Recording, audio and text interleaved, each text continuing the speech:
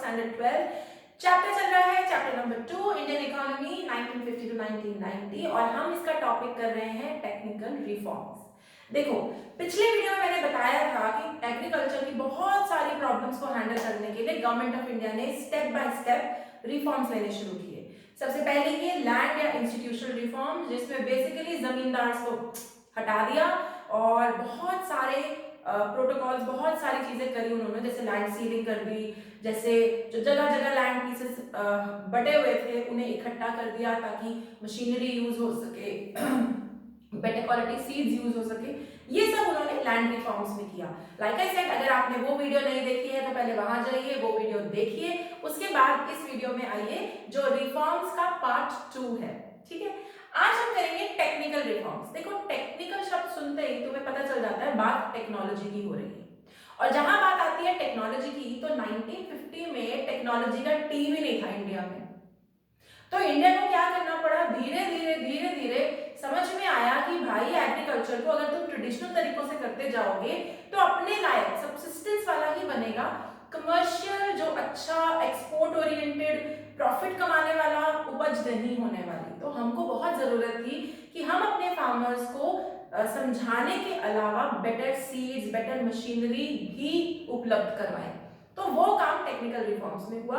और अगर असलियत में सोचा जाए तो टेक्निकल रिफॉर्म्स की शुरुआत 1960s के डेकेड में हुई, क्योंकि तब वाली बात आ गई थी, यूएसए ने हमको कह दिया था हम नहीं देते तुमको खाना, तुम पाकिस्तान के साथ वॉर जो है ना उसमें रिटेलिएट मत करो। 1965 पाकिस्तान ने हम पे अटैक किया था, वापस जवाब नहीं देना है, दे दिया तो हम तुम्हारा खाना रोक देंगे। तो जब ये बात आई और मैंने बताया था अपनी एक वीडियो में कि ये बात तो एकदम दिल पे लग गई थी, तो रियलाइज हुआ that we need to do something brilliant, और उसके लिए टेक्निकल रिफॉर्म्स को लाया गया। ठीक है, अब जब टेक्नोलॉजी की बात करते हैं फार्मिंग में, तो टेक्नोलॉजी किन किन चीजों पे, तो आओ चलो डिस्कस करें। सबसे पहले HYV seeds, high yielding variety seeds. High yielding का मतलब होता है जो बीज आपको ज्यादा आउटपुट देगा। देखो, नॉर्मल बीज आपको आउटपुट देगा, लेकिन HYV सीड्स आपको उससे कई गुना ज्यादा आउटपुट देंगे। तो हो गया ना, प्रोडक्टिविटी वैसे ही इंक्रीज हो गई। तो सबसे पहले यही किया, HYV सीड्स को बनाना शुरू किया, टेक्नोलॉजी बाहर से लेकर आए और उसको बांटना शुरू किया, फार्मर्स तक पहुंचाया गया।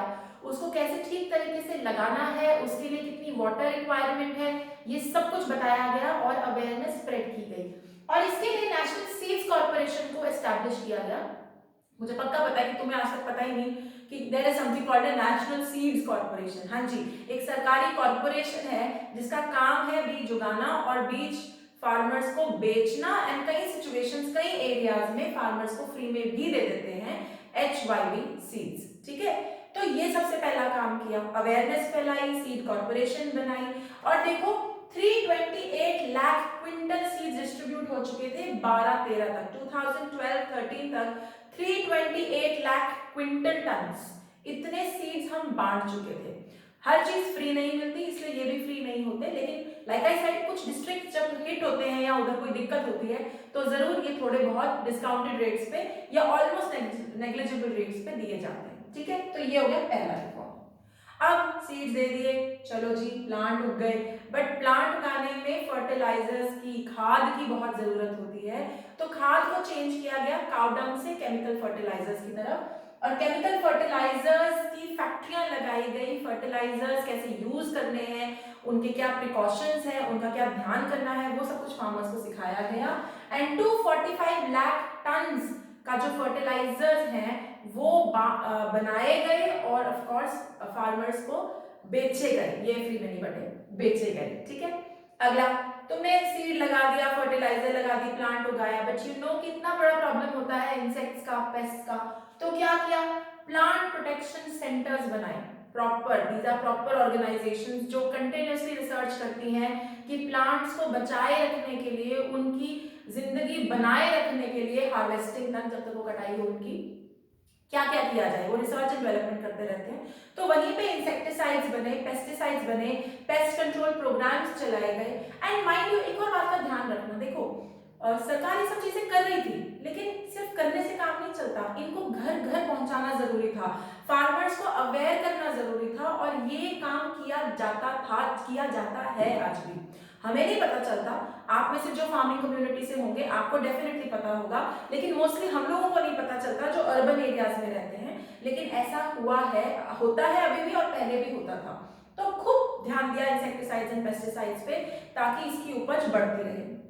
अगला पॉइंट था साइंटिफिक फार्म मैनेजमेंट प्रैक्टिसेस। अब इसका क्या मतलब है? देखो, फार्म मैनेजमेंट प्रैक्टिसेस का मतलब है आप अपना फार्म, किसान अपनी जमीन को कैसे मैनेज करता है, किस प्लानिंग से सीड उगाता है, कैसे उसकी सिंचाई करता है, कैसे उसकी कटाई करता है, ये सारी चीजें को हम फार्म मैनेजमेंट कहते हैं। पहले क्या होता था, ये सब ट्रेडिशनली होता था। ट्रेडिशनली मेरा मतलब, मेरे पापा फार्मर थे तो उनको जो ज्ञान था उन्होंने मुझे बांट दिया, मैंने भी जो उन्होंने सिखाया, जैसा उन्होंने सिखाया मैंने वैसा कर लिया। फिर मैंने भी अपने आगे जनरेशन को यही सिखाया। क्यों?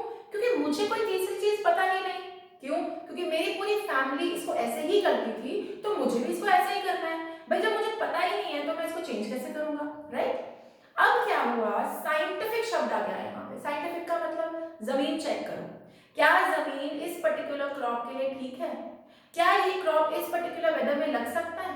अगर तुमने ये क्रॉप लगा दिया तो कितने चांसेस है कि ये कम पानी में टिक जाएंगे, या इसको ज्यादा पानी की जरूरत है, या फिर इसको अगर ये वाला पर्टिकुलर, चलो छोटे मोटे इंसेक्ट्स तो लगते हैं तो कोई बात नहीं, वो सब फार्मर्स को पता होता है कैसे हैंडल करने हैं। कई बार कुछ ऐसा हो जाता है जो उनको भी नहीं पता, तो क्या किया गया, बहुत सारे डिस्ट्रिक्ट्स को कंबाइन करके एक intensive agriculture area programme launch किया गया। क्या किया इंडियन गवर्नमेंट ने, कुछ डिस्ट्रिक्ट्स को इकट्ठा किया और इस प्रोग्राम का नाम दिया गया इंटेंसिव एग्रीकल्चरल एरिया प्रोग्राम और इंटीग्रेटेड रूरल डेवलपमेंट प्रोग्राम। ठीक है, इस प्रोग्राम के तहत कुछ 25-30 डिस्ट्रिक्ट्स को इकट्ठा किया गया और उन 30 डिस्ट्रिक्ट्स पे पायलट रन किया गया। पायलट मतलब, पायलट हम उसे कहते हैं जब हम पहली बार कोई चीज एक्सपेरिमेंट करते हैं ना, जिन पे उन्हें हम पायलट रन बोलते हैं। तो वही हुआ, सारे 25-30 डिस्ट्रिक्ट के फार्म्स को पकड़ा गया, इन पे इंसेक्टिसाइड, पेस्टिसाइड्स और इनको साइंटिफिक तरीके सिखाए गए कि देखो जमीन ऐसे चेक करनी है, देखो इसमें इतना खारा पानी है, खारा है इतनी जमीन, इसमें फर्टिलिटी की ऐसे कमी है, ऐसे उनको सिखाया गया। And as a result of it वो 25 to 30 डिस्ट्रिक्ट्स में बहुत अमेजिंग उनका इंप्रूवमेंट हुआ, उनकी उपज इतनी ज्यादा बढ़ गई, उनकी प्रोडक्टिविटी इतनी ज्यादा बढ़ी।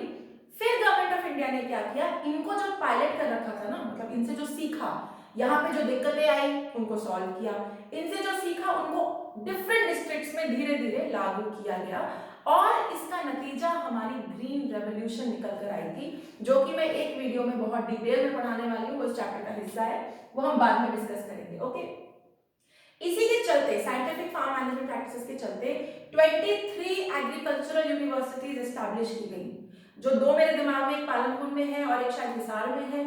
एग्रीकल्चरल यूनिवर्सिटी का काम है एग्रीकल्चर को बेटर कैसे बनाया जाए उस पर रिसर्च करना, उनके ही कोर्सेज रन करना, बच्चे वहां जाके तकरीबन जाके दे लर्न कि एग्रीकल्चर को कैसे रन करना है। देखो हम लोगों की आम लाइफ में हम ऐसे सोचते हैं, अच्छा किसान, अच्छा, बट थिंक अगर किसान को अवेयरनेस हो और अगर किसान के तरीके साइंटिफिक हो जाए तो हमारा देश कहां से कहां पहुंचे in terms of food output. क्या तुम और मैं खाने के बिना जी सकते हैं? नहीं ना। तो हम अपने किसान भाइयों को बहुत कुछ ओ करते हैं, हम उनके मतलब हमको उनको बहुत धन्यवाद करना चाहिए, क्योंकि जो हम फैंसी चीजें पहनते हैं और गाड़ियां चलाते हैं सब ठंड ठंड गोपाल हो जाएगा तो खाने को कुछ नहीं मिलेगा। So it's all because of them कि हमें ये सब मिलता है और इसकी शुरुआत हमारी साइंटिफिक फार्म मैनेजमेंट प्रैक्टिसेस से हुई। ठीक है, यहाँ तक कूल? ओके, आगे चलते हैं।